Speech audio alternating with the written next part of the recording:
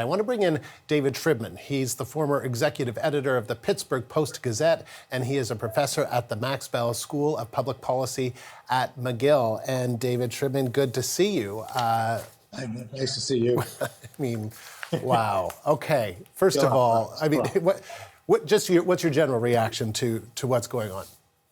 Well, through my sleep-deprived eyes, it looks like it's very, very close in those important battleground states. A little less close here in Pennsylvania, but it's hard to measure exactly how many ballots are still uncounted here in Allegheny County, which is a strong Biden county, and Philadelphia County, which is even stronger, and in some of the collar counties around Philadelphia.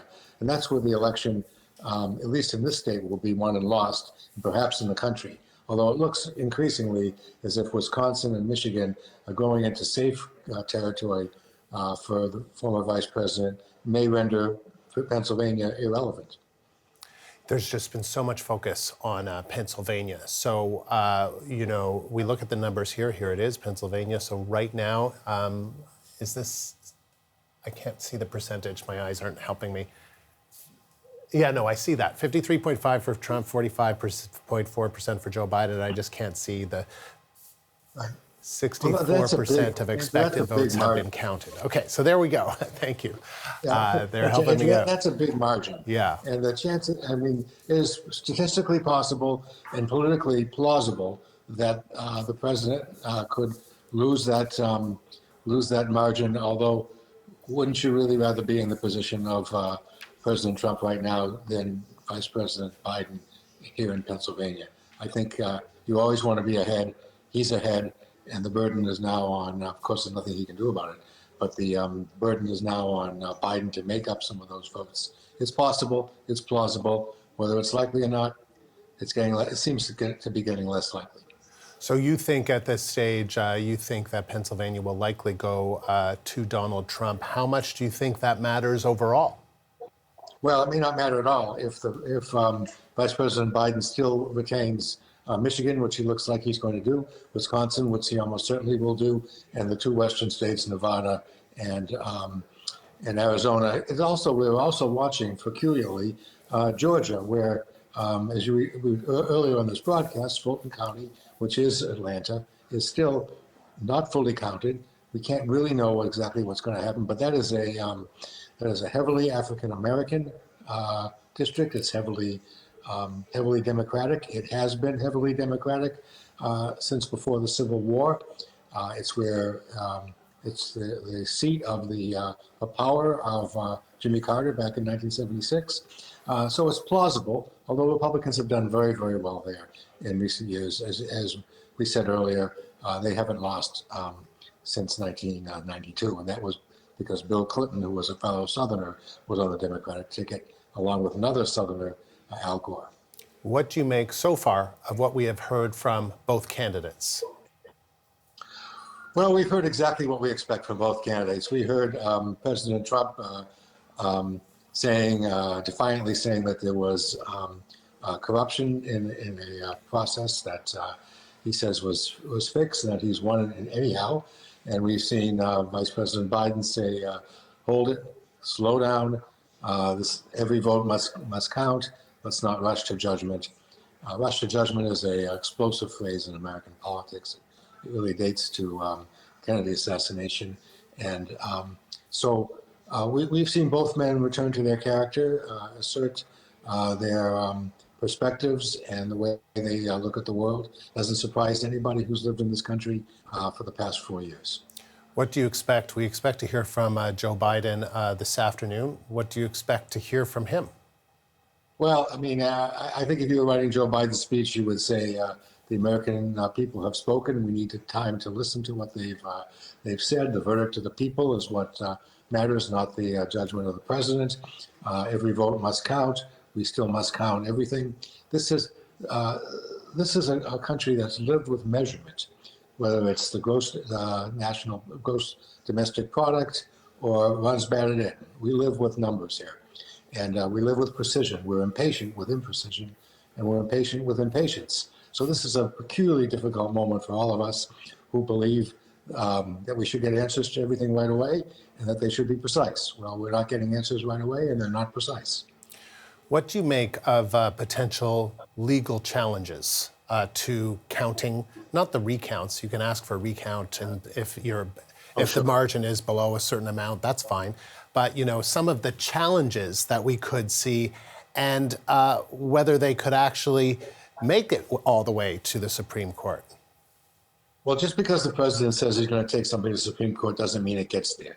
The Supreme Court, the judiciary in our country, is a separate and equal branch from the executive. It doesn't take its orders from the executive, and it doesn't have to follow the implications of the executive. A ruling has to work itself up to the Supreme Court, and the Supreme Court isn't always as dependable as people think it might be. Of course, there's a 6-3 conservative advantage over liberals in the Supreme Court. But no one knows where John Roberts, who's the Chief Justice and was appointed by George W. Bush, where he'll fall. No one knows whether this might be the moment for Amy Barrett to assert her independence and to show that she's not a tool of the president who appointed her. We don't know the answers to any of those questions, and we won't know the answer for some time. What has surprised you most about the last, 20 hours or so? Are we approaching 24 hours? Not quite, but the past since we started to see the results come in to now. The big surprise is that if Vice President Biden wins, he will have won by such a small margin, perhaps even exactly 270 electoral votes, which is the precise number you need to become president. That would create a 270 to 268 electoral vote count. That's extremely unusual, extremely close. I also think it's unusual, surprising, that the pollsters, who were supposed to have learned their lesson from 2016, either committed new errors or didn't learn their lessons from their previous errors. And I had a correspondence this morning with Frank Luntz, who is one of the leading Republican pollsters, the guy who gave the contract with America to Newt Gingrich, who was the speaker at the time. He said that basically his industry is dead in the water right now. You can make a mistake once, but you can't make it twice. So let me ask you a little bit about that. You're surprised, or maybe you're not surprised, that the pollsters, they were showing 7 to 10% margin for Joe Biden, and that is clearly not the case at all. Clearly not, no. And so that probably shaped the campaign that Vice President Biden ran. It fortified the people who were for Trump to get out there and vote. This was not an election in which people changed anybody's minds. This was an election in which the people who got their bases out did better. And that was going to be that from the start. We knew that by Labor Day. And so these poll numbers were misleading or abjectly wrong, and I'm not sure that anyone's going to pay any attention to any of them ever again. What about the counting? I mean, it really is kind of dizzying.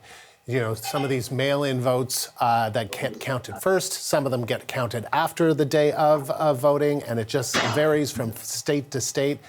Do you think that's problematic, or should and in other states, the mail-in have been counted days ahead of time? Do you think all of that there should be some more uniformity to it, or is this just something that needs to figure itself out?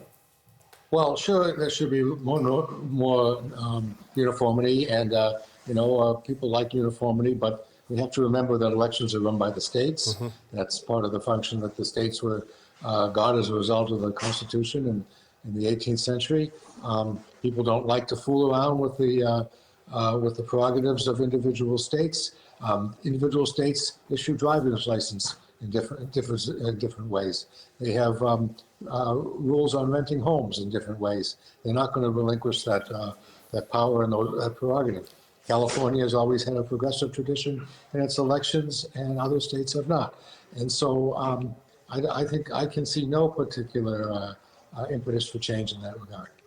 Are you concerned about the next hours, days ahead if the rhetoric ramps up from either side and there's no clear winner?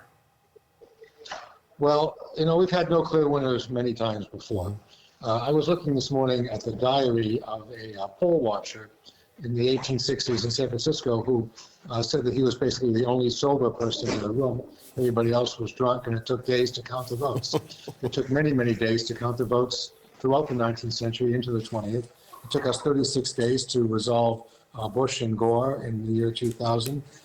It took about this amount of time to resolve Kennedy and Nixon in 1960.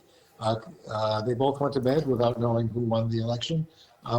In 1876, the eventual winner, Rutherford B. Hayes, and his wife went to bed, and he said to her, well, too bad, didn't work out, woke up, and it was a deadlock that really went all the way to Inauguration Day, the day before Inauguration Day. And remember, in the 19th century, Inauguration Day was on March the 4th and not January the 20th. So it really went almost 5 months before it was resolved. It was resolved in a very bulky way that ended Reconstruction, but put Rutherford B. Hayes in the White House. David, always great to get your insight. Thank you very much. Thank you very much. Bye-bye now. David Shribman, former executive editor of the Pittsburgh Post-Gazette, joining us from Pittsburgh.